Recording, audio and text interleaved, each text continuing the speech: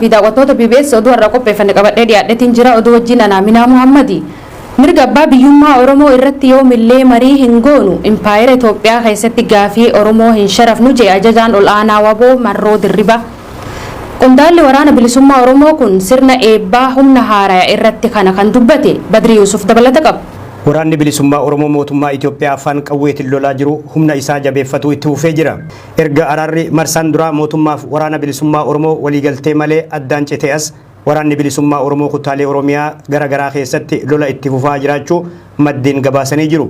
Waraanni bilisummaa Oromoo erga mariin kun fashalee as humna jajjabee isaa marsaa duraa eebbisuu ibse. Sirna eebbaa irratti haasaa kan godhe ajajaan olaanaan waraana bilisummaa Oromoo Marroo Dirribaa dhimmoota jajjaboo haasanii jiru. Namoonni carraa miidiyaa irratti dubbatuu qaban garii Oromoon akka ammaa salphateen beekuu jedhu kun dhugaa miti. Oromoon akka ammaa falmateen beeku jechuun falma Marroo Dirribaa. Haasaa kana keessatti Oromoon akka ammaa kan salphate osoo hin taane akka ammaa falmateen beekuu jedhe ajajaan olaanaan waraana bilisummaa Oromoo. Inni carraa miidiyaa qabu waan baay'ee dhageenya. Oromoon akka ammaatti salphatee hin beekuu jedhu. Dhugaadhaa kun dhugaa miti. Oromoon akka ammaatti salphatee beekuu miti. Oromoon akka ammaatti falmatee hin beeku. Falmiitti jirra malee salphinatti hin jirru. Akka malee salphinatti. Namoonni hedduun waraanni bilisummaa Oromoo qawween falmatu malee akkamitti jara kana waliin haasa'uu danda'a gaaffii Oromoo sharafa jedhu. Nuti lolas ta'e araara ni beeynaa jechuun qondaalli waraana bilisummaa Oromoo kun araara hin jibbinu jibbinees hin beeynu garuu wahiitu jiraa jaa. Dabaluunis lakki nuti gaaffii Oromoo hin sharafnu dhaloota jiilee jaa. Marroon imala hoggantoota qabsoo bilisummaa Oromoo taranii kaasuudhaan yaadate. Namni hedduun waraanni bilisummaa Oromoo qawwee dhukaasuu malee akkaataa kamiini jara kana waliin haasa'uu danda'a gaaffii Oromoo sharafaa jedha. Lakki gaaffii Oromoo hin sharafnu nuti dhaloota jiileedha. Nuti dhaloota Abiisheerraa argedha. Nuti dhaloota Jeneraal Waaqoorraa argedha. Nuti dhaloota 1991 Leencoo Faarraa argedha. Nuti dhaloota 2018 Jaawaar Faarraa, Baqqalaa Faarraa, Daawud Faarraa argedha. Nuti dhaloota jiile jiilaamoo dabeessa bitu dhiiroo. Jiilaamoo dabeessa bitu. Dabeessi loleen argine dibbeessa qawweetiin beeku dhiigadhan argine hin sodaata fagootti. Kanaafuu sossobdee hin sodaatiin homaan taatuu jettee yoo fidde jannoomsuun ni danda'ama. Jiilaan garuu itti dhiigee itti cabeetu arge. Homaan taatuu hin sodaatiin jennaan beeka goyoomsuu hin dandeessu. Kanaaf nuti dhaloota jiile gaaffii sabaa sharafuu hin dandeenyu keessumattuu empaayera Itoophiyaa kana keessatti. Yeroo hunduma pilaan B qabatanii dhufan waraanni bilisummaa Oromoo immoo pilaan ABCD hanga Z'tti ni qabaa jechuun tarsimoo shiraa kamiifuu qophii ta'uu isaanii ibse. Qondaalli waraana bilisummaa Oromoo kun mirga abbaa biyyummaa Oromoo irratti yoomiyyuu taanaan nagosheetiin goon. Yoo kun immoo osoo nuti hin dhukaasiin balballi isaa banaa ta'ee nagaan xumuranna ta'e nagaatiin xumuran. Kan kanarraa hafe strategic retreat yookaan malaan duuba deebi'anii karaa biraa immoo nama marsu yeroo hundumaa pilaan B qabatanii dhufani. Waraanni bilisummaa Oromoo yoo pilaan A dide pilaan B, C, D hanga Z'tti qaban shakkiinaa jechuudha. Hanga Z'ttuu ni qaba. Kanaaf marfamuu hin dandeenyu. Karaa nageenyaa hanga qaawa lilmee keessa gaala hulluuqsisutti nama gaafata yoo ta'e gaalli qaawa lilmee keessa hulluuquu hin danda'u. Haalli nageenyaa impaayera Itoophiyaa saniin wal fakkaataa jedha Marroon. Karaan nagaa hanga qaawa lilmee gaala keessa hulluuqsisuutti nama gaafatu ta'e gaalli qaawa lilmee keessa hulluuquu hin danda'u. Nagaani impaayera Itoophiyaa keessaa sanaa wal fakkaata. Wal'aansoo keessatti tokko kuffisuu fi tokko kufuu diduun wal shukkuumuun waanuma jiru jedha Marroon. Sirna eebbaa humna waraana bilisummaa Oromoo kanarratti haasaa kan godhe ajajaan olaanaa waraana bilisummaa Oromoo qabsaa Marroo Dirribaa araaran jibbinu jibbines hin beeynu jedhe. Dabaluunis uummanni Oromoo siyaasan galtee fi jennaan waraana bilisummaa Oromoo kumaa kitila humna guddaa akka Oromoo giitutti ijaarratee jedha. Shakkii araara mootummaa waliin keessa seenan gama ilaaluunis yeroo mara marsinee qabnaan sammuu isaanii keessaa bahuu didee jedha. Karaa tokkoon araara odeessaa karaa kaaniin ibidda bobeessaa gara keenyatti dhufan ibidda san dhaamsinee dhaamsuu qofaa miti ibidda mataa keenya qabsiisnee gungumsiisaa jirraa jedha Marroon. Araarri ni ta'a yoo ta'e ni ta'a hin ta'u taanaan filannoof tarsimoo qabsoo waraanni bilisummaa Oromoo gara fuulduratti hordofu akkanatti ibsa Marroon. Nuti warraaqxota warraaqaan ammoo sirna bututaa sirna gita bittaa, sirna cunqursaa, sirna saaminsaa bakkaa kaaseetu sirna haaraa bilisummaa, walqixxummaa, dimookiraasii nagaatti amanuudha bakkatti deebise. Alaabaa Oromoo Finfinnee keessatti gadhaabuuf qabsoo godhaa kan jiru waraanni bilisummaa Oromoon lafa Finfinnee jiru qaba, Habashaan ammoo gamoo Addis Ababaa jiru ijaarratee jira. Lafa Finfinnee barbaanna jechuunis dhaadate marroon. Akkuma jettan alaabittiin kuni handhuura Oromiyaa Finfinnee yeroo jennu Finfinnee lafa magaala miti. Habashoonni magaala Finfinnee jedhu ijaaraniiru. Hin ijaarre. Addis Ababaa magaala jedhu ijaarratan. Dhugaan jirus kanuma. Finfinneen lafa hurufa bal'aa tufaa munaafaa farda keessa gulufsiisaa turan. Magaala Finfinnee jedhu Oromoon hin ijaarranne. Addis Ababaa magaala jedhamtu immoo Habashaan ijaareera. Gamoon achirra jiru Addis Ababaa, lafti isaa immoo Finfinnee. Kanaaf Finfinnee kan barbaannu lafa sana barbaanna.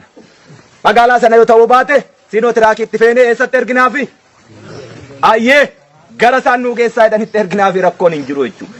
Haasa daqiiqaa 18 fi sakandii 25 dheeratu kana keessatti qabxiilee ijoo baay'ees kaase ajajaan waraana bilisummaa Oromoo mootummaa Itoophiyaa afaan qawweetiin lolaa jiru Marroo Dirribii. Adda bilisummaa Oromoo yaadessaa kenna waaqni Oromoof kenne badhaa hidhannoo jabeeffatu hojii keessa daandatu garaan keessa duujarraa qawwee keessa baaqarraa battalaa nufaasi waboo finfinnee sodaarraa battalaa nufaasi waboo. Muummichi Ministeera Abiyyi Ahmad wayita gara aangootti dhufan qorannee hiina malee hiinee hin qorannu jechuun waa'ee haqaa dubbatuun isaanii ni yaadatama. Garuu isaan kana haa jedhan malee ammas Oromiyaa dabalatee kutaalee biyyattii kaan keessatti namoonni ilaalcha siyaasan hidhaman lakkoofsi isaanii ol'aanaadha. Akka fakkeenyattis weellisaa Sa'iid Awwal isaan keessaa nama tokko. Weellisaan kun erga waggaa 2 dura raayyaa ittisa biyyaatiin magaalaa Baatee keessaa qabamee hidhamee kaasee murtii haqaa malee mana hidhaa keessatti gidirfamaa jira. Qawwee fudhattee jirta malee himanni irratti dhiyaate akka hin jirre haati warraa isaanii maddeenitti himanii jiru. Gama biraatiin jaartiin isaa Adde Zaakiraan mana hidhaatti dhayxee ilaaluu akka dhoorgamte BBCtti himtee jirti.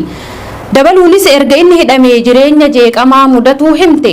Daa'imman guddisaa waan jirtuuf hojjechuuf rakkoo itti ta'uu irraa gargaarsa namootaan jiraatuu himte. Haala kana keessatti amna konkolaataa sa'aatii 5 imaluun magaalaa Kamiseetti deddeebitee ilaalaa turte. Duraan abbaa weellisaa Sa'iid daa'imman gargaaraa ture, garuu isaan yeroo lolli kaabaa gaggeeffamaa turetti ajjeefamuu dubbatti. Weellisaa Sa'iid mana hidhaa keessatti dhukkubsatee wal'aansa gahaa malee dararamaa akka jirullee maddeen gabaasan. Battala qabametti gara waajjira poolisii magaalaa Kamiseetti kan geeffame weellisaa Sa'iid osoo himanni tokkos irratti hin banamin turtii ji'oota 7 booda mana murtiitti dhihaate. Caamsaa 3 bara 2023 daa'imman qabattee weellisaa Sa'iid ilaaluuf gama Kamisee imaltee akka hin agarre dhoorgamuutu gabaafame. Weellisaa Sa'iid dhibee dhiigan qabamee rakkoo keessatti argama jechuun haati warraa isaa BBCtti himte. Weellisaa Sa'iid weelleelee warraaysa fi jaalalaa bifa ammayyaan hojjetuun aartistii yeroo gabaabaa keessatti dhageettii horate. Itoophiyaa keessatti ardhas akkuma kaleessaa namoonni ajaja mana murtiin ala hidhamuu fi erga hidhamanii murtii malee baroota hidhaa keessa tursiifamu. Namoota siyaasaa keessaa miseensonni ABO gameeyyiin ganna 3 dabran kana murtii malee hidhaa keessatti argamu. Namichi eeyduu kantiibaa magaalaa Hawaasaa ta'e hojjettuu baankii Daashin damee warkaa bute. Butamuun shamarree tanaa 7 kan guute yeroo ta'u caamsaa 23 bara 2023 kibxata akka kaleessati. Hojjettuun baankii Daashin damee warkaa shamarree Tsiggee Balaachoo eeyduu kantiibaa magaalaa Hawaasaan butamte jechuun maatiin maddeen oduutti himan. Obboleettiin ishii Natsaannat Balaachoo jedhamtu BBCtti akka himtetti Tsiggeen qaadhimamtee barnoota gaa'ilaa barachaa guyyaa cidhaa eeggataa jirti. Ganna tokkoof baankicha keessa tan hojjette Tsiggeen osoo cidhaaf qophii irra jirtuu poolisiin butamte. Butamuun ishii jaalalaa fi moo dhimma biraatiif inni jiru ifaa miti.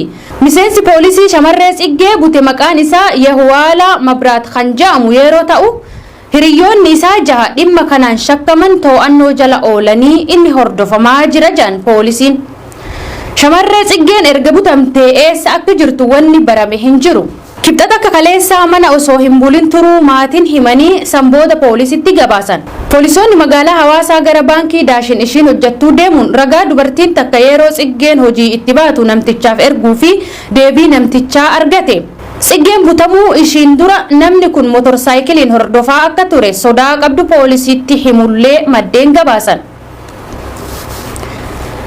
Gaanfa Afrikaatti ergamaan addaa Ameerikaa Ambaasaadar Maayik Hamar daawwannaa guyyoota 7 Itoophiyaa fi Jibuutitti fuula deeffatanii jiru. Imala caamsaa 31 bara 2023 roobii har'aa kanaan hanga waxabajjii 6 2023tti aangawoota Jibuutii fi Itoophiyaa waliin dhimmoota ijoo irratti ni mari'atu jedhamee eegama.